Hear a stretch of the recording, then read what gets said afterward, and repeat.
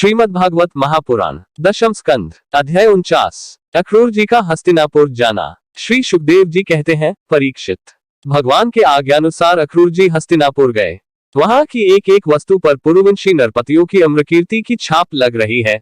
वे वहां पहले धृतराष्ट्र, भीष्म, विदुर, कुंती, बाहलिक और उनके पुत्र सोमदत्त, द्रोणाचार्य, कृपाचार्य, कर्ण, दुर्योधन, द्रोणपुत्र अश्वत्थामा, युधिष्ठिर आदि पांचों पांडव तथा अन्य इष्ट मित्रों से मिले। जब गांधिनी नंदन अक्रूर जी सब इष्ट मित्रों और संबंधियों से भलीभांति मिल चुके, तब उनसे उन लोगों ने अपने मथुरावासी स्वजन संबंधियों की कुशल क्षेम पूछी। उनका उत्तर देकर अक्रूर जी ने भी हस्तिनापुर वासियों के कुशल मंगल के संबंध में पूछताछ की।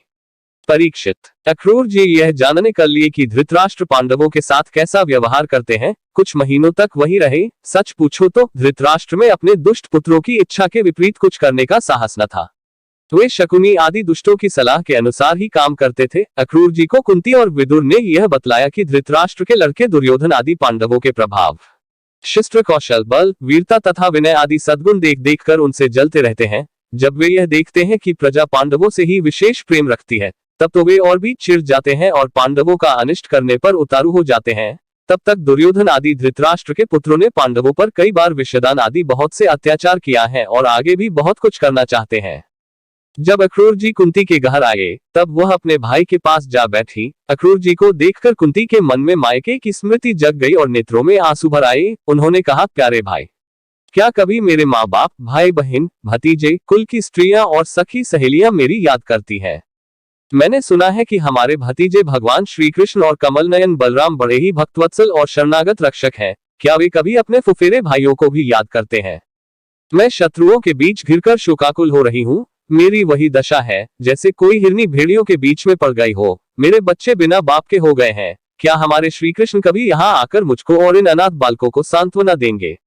श्री कृष्ण को अपने सामने समझकर कुंती कहने लगी, सच्चिदानंद स्वरूप श्री कृष्ण, तुम महायोगी हो, विश्वात्मा हो और तुम सारे विश्व के जीवन दाता हो। गोविंद, मैं अपने बच्चों के साथ डेक पर डेक भोग रही हूँ। तुम्हारी शरण मान आई हूँ। मेरी रक्षा करो, मेरे बच्चों को बचाओ। मेरे श्री कृष्ण, यह संसार मृत्यु में है और तुम्हारे चरण मोक्ष देने वाले हैं। मैं देखती हूँ कि जो लोग इस संसार से डरे हुए हैं, उसके लिए तुम्हारे चरण कमलों के अतिरिक्त और कोई शरण और कोई सहारा नहीं है। श्री कृष्ण, तुम माया के लेश से रहित परम शुद्ध हो। तुम स्वयं परब्रह्म परमात्मा हो। समस्त साधनों, योगों और उपायों के स्वामी हो तथा स्वयं योग भी हो। श्री कृष्ण, मैं तुम्हारी शरण में आई हूँ, तुम मेरी रक्षा करो।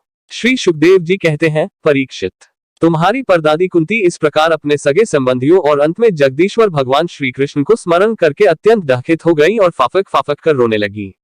अक्रूर जी और विदुर जी दोनों ही सुख और डैक को समान दृष्टि से देखते थे। दोनों यशस्वी महात्माओं ने कुंती को उसके पुत्रों के जन्मदाता धर्म, वायु आदि देवताओं की याद दिलाए और यह कहकर कि तुम्हारे पुत्र अधर्म का नाश करने के लिए ही पैदा हुए हैं, बहुत कुछ समझाया बुझाया और सांत्वना दी। अक्रूर जी जब मथुरा जाने लगे, तब राजा धृतराष्ट्र के पास आए। अब तक यह स्पष्ट हो गया था कि राजा अपने पुत्रों का पक्षपात करते हैं और भतीजों के साथ अपने पुत्रों का सा बर्ताव नहीं करते। अब अक्रूर जी ने कौरवों की भरी सभा में श्री कृष्ण और बलराम जी आदि का हितैषिता से भरा संदेश कह सुनाया। अक्रूर जी ने कहा, महाराज धृतराष्ट्र जी, आप कुरुवंशियों की उज्जवल कीर्ति को और भी बढ़ाए। आपको यह काम विशेष रूप से इसलिए भी करना चाहिए कि अपने भाई पांडु के परलोक सिधार जाने पर अब आप राज्य सिंहासन के अधिकारी हुए हैं। आप धर्म से पृथ्वी का पालन कीजिए, अपने सद्व्यवहार से प्रजा को प्रसन्न रखिए और अपने स्वजनों के साथ समान बर्ताव कीजिए। ऐसा करने से ही आपको लोक में यश और परलोक में सद्गति प्राप्त होगी। यदि आप इसके विपरीत आचरण करेंगे तो इस लोक में आपकी निंदा होगी और मरने के बाद आपको नरक में जाना पड़ेगा। इसलिए अपने पुत्रों और पांडवों के साथ समानता का बर्ताव कीजिए। आप जानते ही हैं कि इस संसार में कभी कहीं कोई किसी के साथ सदा नहीं रह सकता। जिनसे जुड़े हुए हैं उनसे एक दिन बिछुड़ना पड़ेगा ही। राजन, यह बात अपने शरीर के लिए भी 16 आने सत्य है। फिर स्त्री, पुत्र, धन आदि को छोड़कर जाना पड़ेगा। इसके विषय में तो कहना ही क्या है। जीव अकेला ही पैदा होता है और अकेला ही मरकर जाता है। अपनी करनी धरनी का, पाप पुण्य का फल भी अकेला ही भुगतता है। जिन स्त्री पुत्रों को हम अपना समझते हैं, वे तो हम तुम्हारे अपने हैं। हमारा भरण पोषण करना तुम्हारा धर्म है। इस प्रकार की बातें बनाकर मूर्ख प्राणी के अधर्म से इकट्ठे किए हुए धन को लूट लेते हैं। जैसे जल में रहने वाले जंतुओं के सर्वस्व जल को उन्हीं के संबंधी चाट जाते हैं, यह मूर्ख जीव जिन्हें अपना समझकर अधर्म करके भी पालता पोसता है, वे ही प्राण, धन और पुत्र आदि इस जीव को असंतुष्ट छोड़कर ही चले जाते हैं। जो अपने धर्म से विमुख है, सच पूछिए तो वह अपना लौकिक स्वार्थ भी नहीं जानता। जिनके लिए वह अधर्म करता है वे तो उसे छोड़ ही देंगे, उसे कभी संतोष का अनुभव न होगा और वह अपने पापों की गठरी सिर पर लादकर स्वयं घोर नरक बन जाएगा। इसलिए महाराज, यह बात समझ लीजिए कि यह दुनिया 4 दिन की चांदनी है, सपने का खिलवाड़ है, जादू का तमाशा है और है मनोराज्य मात्र। आप अपने प्रयत्न से, अपनी शक्ति से चित्त को रोकिए, ममतावश पक्षपात न कीजिए। आप समर्थ हैं, समत्व में स्थित हो जाइए और इस संसार की ओर से उपराम शांत हो जाइए। राजा धृतराष्ट्र ने कहा, दानपत्य अक्रूर जी, आप मेरे कल्याण की, भले की बात कह रहे हैं। जैसे मरने वाले को अमृत मिल जाए तो वह कभी उससे तृप्त नहीं हो सकता, वैसे ही मैं भी आपकी इन बातों से तृप्त नहीं हो रहा हूँ।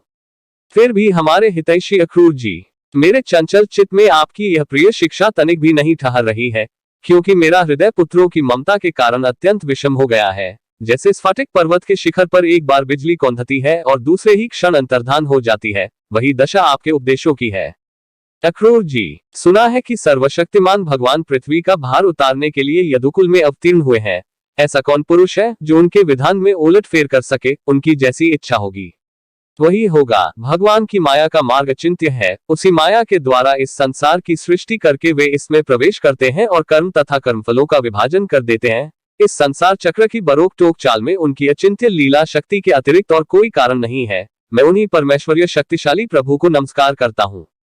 श्री सुखदेव जी कहते हैं, इस प्रकार अक्रूर जी महाराज धृतराष्ट्र का अभिप्राय जानकर और कुरुवंशी स्वजन संबंधियों से प्रेम पूर्वक अनुमति लेकर मथुरा लौट आए। परीक्षित, उन्होंने वहां भगवान श्री कृष्ण और बलराम जी के सामने धृतराष्ट्र का वह सारा व्यवहार बर्ताव जो वे पांडवों के साथ करते थे कह सुनाया, क्योंकि उनको हस्तिनापुर भेजने का वास्तव में उद्देश्य भी यही था।